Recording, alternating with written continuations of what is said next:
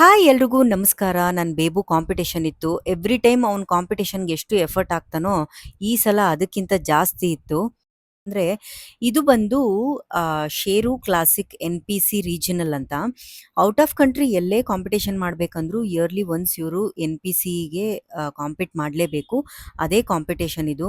ಅವನಂತೂ ಸಖತ್ತಾಗಿ ರೆಡಿ ಆಗಿದ್ದ. ಸ್ಟೇಜ್ ಮೇಲೆ ಹೆಂಗೆ ಕಾಣ್ತಾನೆ ಅಂತ ಅನ್ಕೊಳ್ತಿದ್ರೆ ಆಸಮ್ ಆಗಿ ಕಾಣಿಸ್ತಾ ಇದ್ದ.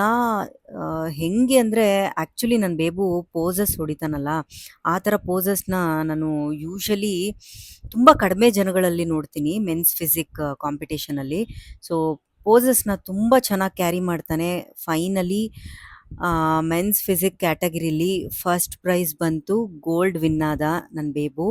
ಸೊ ನನಗಂತೂ ಭಾಳ ಖುಷಿ ಆಯಿತು. ಈ ವರ್ಷದ ಮೊದಲನೇ ಗೋಲ್ಡ್ ಮೆಡಲ್ ಇದು. ಅವನು ಇಷ್ಟೆಲ್ಲ ಸ್ಟ್ರಗಲ್ ಹಿಂದೆ ಅವನಿಗೆ ಒಂದು ಶಕ್ತಿಯಾಗಿ ಗುರು ಇರಬೇಕಲ್ವಾ, ಆ ಗುರುನೇ Murtuza master. Thank you so much master, ಈ ಥರ ಒಂದು ಟ್ರಾನ್ಸ್ಫಾರ್ಮೇಷನ್ಗೆ ಥ್ಯಾಂಕ್ ಯು ಸೋ ಮಚ್.